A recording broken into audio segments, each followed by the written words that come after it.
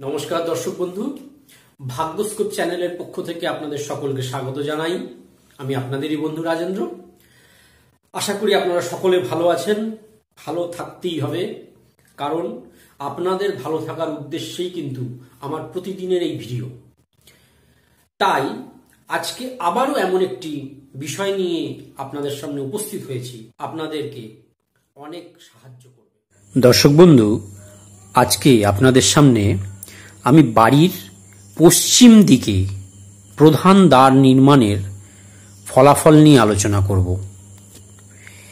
এই ভিডিও নির্মাণের পূর্বে আমি পূর্ব দিকে প্রধান দ্বার নির্মাণের ফলাফল এবং দক্ষিণ দিকে প্রধান দ্বার নির্মাণের ফলাফল নিয়ে কিন্তু আগেই আলোচনা করেছি। সেই ভিডিওগুলোর লিংক আপনারা নিচে ডেসক্রিপশনে যান, ডেসক্রিপশন থেকে পেয়ে যাবেন। আজকে আমরা শুরু করব পশ্চিম দিকে দ্বার নির্মাণের ফলাফল নিয়ে। আপনার বাস্তুর পশ্চিম দিকটিকে আপনারা 8টি সমান ভাগে বিভক্ত করবেন। সেই 8টি ভাগের এক একটি নাম বাস্তুশাস্ত্রে উল্লেখ আছে।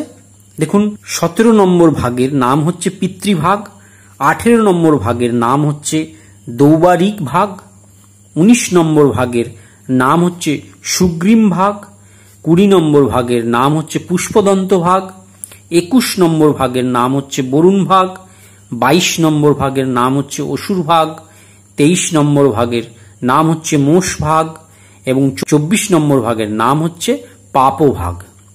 এই 8টি ভাগে যদি আপনাদের গৃহের প্রধান দ্বার নির্মাণ হয়ে থাকে, তার কি কি ফলাফল প্রাপ্ত হতে পারেন সেই নিয়েই আজকের আলোচনা।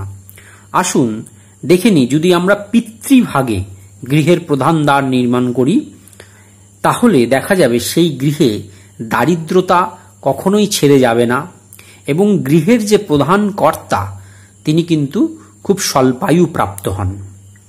দৌবারিক ভাগে যদি গৃহের প্রধান দ্বার নির্মাণ হয়ে থাকে তাহলে সেই গৃহে ইনকাম তো থাকবে, কিন্তু ব্যয় প্রচন্ড বেশি থাকবে। তার ফলে কখনো কখনো কিন্তু এরা ঋণগ্রস্ত হয়ে পড়বে।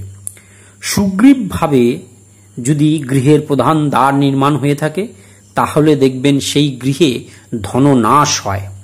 পুষ্পদন্ত ভাগে যদি গৃহের প্রধান দ্বার নির্মাণ হয়ে থাকে সেই গৃহে কিন্তু ধনবৃদ্ধি হয়, ধন লাভ হয়। বরুণ ভাগে যদি গৃহের প্রধান দ্বার নির্মাণ হয়ে থাকে তাহলে সেই গৃহে সব সময় ভোগ ও বিলাস বজায় থাকে। অসুর ভাগে যদি গৃহের প্রধান দ্বার নির্মাণ হয়ে থাকে তাহলে সেই গৃহের রাজভয় হয়। রাজভয় মানে যদি প্রাসঙ্গিকভাবে বলতে হয় সেটা হচ্ছে সরকারের তরফ থেকে কোনো না কোনো পেনাল্টি, পানিশমেন্ট সেই গৃহের কোনো না কোনো সদস্যদের জুটতে পারে। মোষ ভাগে যদি গৃহের প্রধান দ্বার নির্মাণ হয় তাহলে সেই গৃহে রোগের আধিক্য প্রচুর দেখা যায়। পাপ ভাগে যদি সেই গৃহে প্রধান দ্বার নির্মাণ হয়ে থাকে তাহলে সেই গৃহের যিনি প্রধান কর্তা তিনি কোনো পাপ কাজের সঙ্গে যুক্ত থাকেন।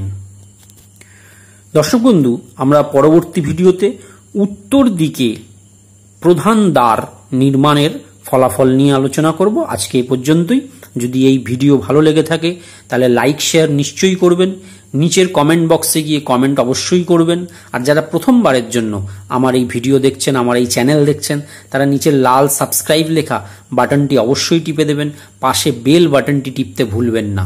খুব ভালো থাকুন, শান্তিতে থাকুন। জয় গুরু।